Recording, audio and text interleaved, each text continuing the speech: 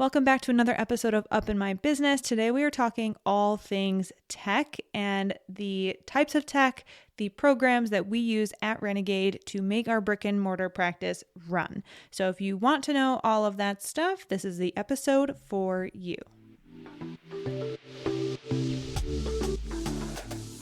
Welcome to the Up in My Business podcast with me, Lex Lancaster, where you'll get an inside look at all things tech, business, and my life as a physical therapist turned digital operations expert. You'll hear all about my lessons as a business owner, the ins and outs of tech for your business, and more. From SEO, websites, and email marketing to automations, launches, and copywriting, I've got you.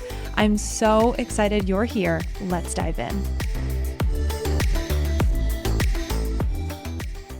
Okay, so as promised, we're going to talk about tech, but first, quick little life update. Nothing crazy. Wanted to update you on this past weekend. Kyle and I'm recording this before I leave for California, and by the time that you hear this, I will be in California. So I am recording now because why would I not, right? But I'm going to give you a quick little update on this past weekend. So Kyle and I went to Woodstock, Vermont. We went and did a little bit of shopping. There's cute little boutiques there, and there's a really good deli butchery place, and I cannot for the life of me remember the name off the top of my head, but it was amazing. We had a good time with Moose. We brought Moose around. It's always fun to bring Moose around to the shop. She just looked up at me because she heard her name, but we had a good time. We don't live too far from the area, so we'll probably go back. It's not like it's going to be like a never go back to that place type of trip. So really excited to go back there at some point, but Woodstock was amazing. If you listened to the last episode, you know that I was in some pain after volleyball. My shoulder and my legs were falling off, but feeling pretty good now. Yeah, I'm feeling pretty good, but I was just talking to Shantae and she said that it's supposed to rain next Sunday. So I don't even know if we're going to be playing volleyball, but we'll see what happens. I'm really excited because I think I'm joining a volleyball league, even though it's located an hour from me. I think it's worth it to drive down to get to play and have fun and just be happy. I feel like I'm definitely in like a happy place getting to play a sport again. So going to try to make the commitment to do that.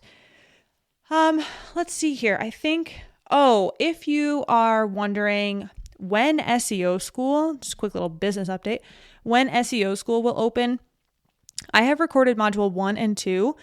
I may be able to record or have recorded by the time you hear this module 3. And that would mean that I can open it for registration because I'm going to be dripping the modules. So if you know anything about the way that I work, I don't like to do like mass recordings of things. I feel like it's much better as far as me being able to lay out the content and whatnot, in a good way and also have a quality recording. I want to make sure I space it out because if I did it all in one day, I'm going to be tired by the end and I don't think that's fair. So fair to you guys if you want to take that, right? So that last recording, I'll be exhausted and I'll want to go to bed. So I like to space things out and do things when I have a lot of energy. I have sat back and waited to record this or re-record SEO school because it's there. It's all the content is out on, all the recordings are there from the last 2 cohorts, but I waited. I was going to re-record this in January and then I ran SEO foundations, gathered some more information, and then I was like, I got to rework this just a little bit. So now that I've reworked it and now that I have all the content laid out again, I'm re-recording and it's going to be much better. So I'm so glad that I did not record in January because if I did, the changes that I make after SEO foundations would not be there. So I am just going to run it as SEO school. If you took SEO foundations, you already know the deal there. You're going to get a discount. You're going to get my early bird rate. So if you're listening to this and you took SEO foundations, look out for that early bird rate. And if you're interested in SEO school, you should be able to join the waitlist at the link in my bio. So make sure you do that. So without further ado, let's talk tech. So I'm going to go through and I have things written down here that we have, but I have a feeling things are also going to pop up as we're talking. So to start off, let's talk. We're literally going to go through what I use for what and why I use it. So website. Website is Squarespace. You already probably knew that.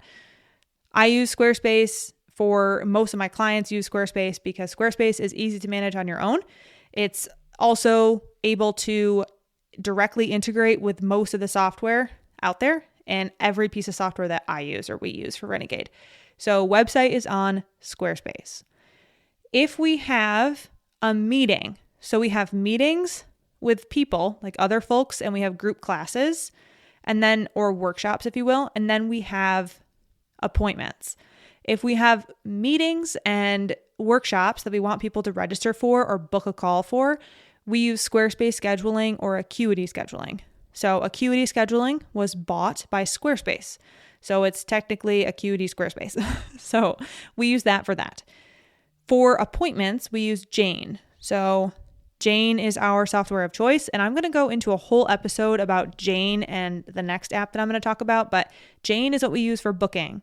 So any sort of booking, we use Jane Payments. So all of our payment information for clients is all in Jane. So we don't have to manage any of that stuff. Next is TrueCoach. So we pay a hefty penny for TrueCoach. Hefty freaking penny. But I'll tell you what, it's great. So for our HEP programs, we use TrueCoach. And we do that because tech-wise, it makes sense. The HEP program PhysiTrack that is within Jane just didn't work out for what Kyle had wanted. He had said it's not customizable enough. And when we played around it for a little bit, didn't really love it. Plus, because we use TrueCoach, it makes it really, really easy to transition folks from a PT program to a management program or management, distance programming, distance coaching program. It makes it super, super easy to do that. So TrueCoach has been a great addition for Renegade. We didn't used to use it because we use PT Everywhere, and then we switched from PT Everywhere to Jane and needed to get an HEP. And now that we use TrueCoach, it makes it so seamless to transition a patient to a distance programming option. So that's scheduling and then HEP programs. For distance coaching, once again, we use TrueCoach. So just making sure I say, because some people are not patients who do distance coaching and distance programming, they're just programming clients. So once again, it's TrueCoach. We use the Stripe integration through ConvertKit and also, which we'll talk about in a second, and also Acuity. So that is where we host our payments that are outside of Jane. It's through Stripe. We use ConvertKit for email marketing. So ConvertKit for email marketing is huge. So if you're familiar with Jane, Jane does quote unquote automatically integrate with MailChimp. MailChimp is not good. So if you're going to get a good software, get ConvertKit. ConvertKit is a great email marketing software. I recommend it to all my clients, and a lot of my clients switch from MailChimp to ConvertKit. I myself switched from MailChimp to ConvertKit a couple of years ago. So ConvertKit for email marketing. The biggest takeaway here is that folks always ask me, well, if it doesn't automatically integrate, why would I use it? No software is going to automatically integrate for your whole patient list, unless you do some things, which we're going to talk about Jane customization in a different episode. But you have to take your patients and export them and put them into your email marketing software after they say like, I agree to email marketing, or I agree for clinic emails. You have to export them anyway. So if you're going to have to export the whole patient list, you might as well have the best software. So that's why we use ConvertKit. So ConvertKit for email marketing. Let's see. Next, we use Gmail. So Gmail for just regular email. I wouldn't recommend anything else except for Gmail. I know some people like Outlook, but if you're starting fresh, I would definitely use Gmail. We also use, I use Namecheap, so a domain server. So wherever you buy your www from, we use Namecheap. At this point in time, I would recommend you go with Google Domains. So if you're going to buy a domain, Google Domains is amazing. And that's what I would recommend for that. We're going to do Spruce Health for all of it. So the reason why we're switching is because we need it to be accessible from a computer. Sideline is not accessible from a computer, and it drives us insane because you can't type to patients. You have to text them, and like our thumbs are tired. So we want to be able to type, and it's easier when you're already documenting to be able to document and text someone from the computer. So we currently use Sideline. Sideline was great to start out with because we could manage it on our phones. It's just an app, and you can text and call and do all the things with patients right on your phone. And it was great to begin and start, but it's been 3 years now. So we need to upgrade, and we're going to go with Spruce Health. So a lot of people actually ask me, like, should I use Google Voice? Should I use X, Y, and Z? And truthfully, I will say that I was so impressed with Spruce Health because a local direct primary care office uses it. And when I got to use it as a consumer, I was super impressed. And I was like, oh my God, we need to check out what the software is. And after doing a demo, incredible. It's incredible. I'm actually going to reach out to them and see if I can get a discount code for you guys. So don't go and like sign up, because I think I'm going to try to get something for you because it's great and I'm really happy with it. And you can transport your number in, your fax number in. So I'll keep you updated on Spruce Health, but we already demoed it and it's a really great software. So we're going to upgrade our phone lines to that. So Spruce Health, but we did start out with Sideline. So if you're just starting out, Sideline is just fine. Call, text, all the things. I had mentioned SR Fax, but we won't need that anymore because it will be through Spruce Health, but we do use SR Fax right now.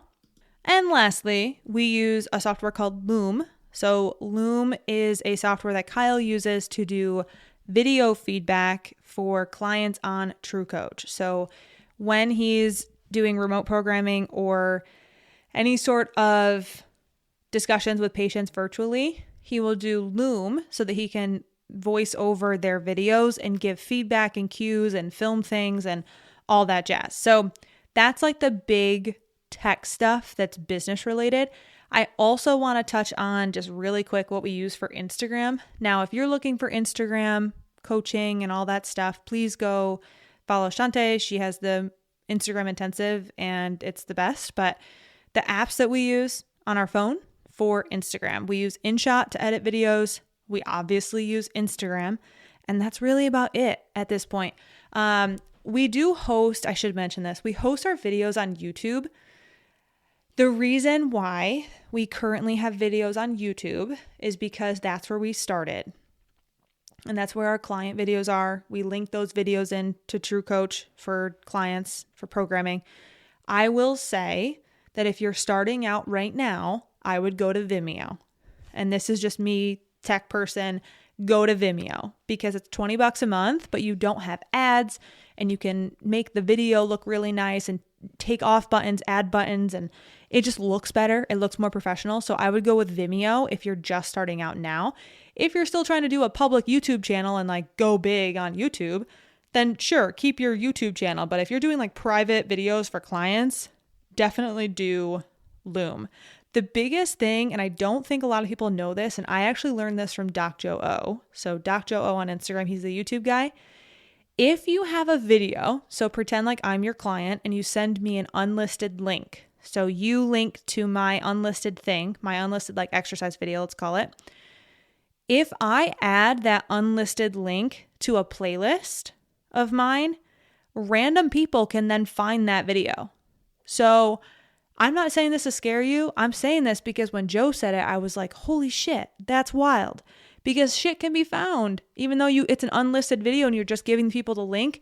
If someone takes that link, the person that you give the link to, if they add that to one of their personal playlists, that video can then be found on YouTube. The wildest thing. So if you are sending out client videos, I don't suggest YouTube. If anything, if you don't want to invest in Vimeo, just email the video to the person. Don't give them a YouTube link. Just that really freaked me out, especially with, medical HIPAA stuff. So for what it's worth. So with that being said, I know it's a super short episode, but after last week, I feel like I owe you a super short episode.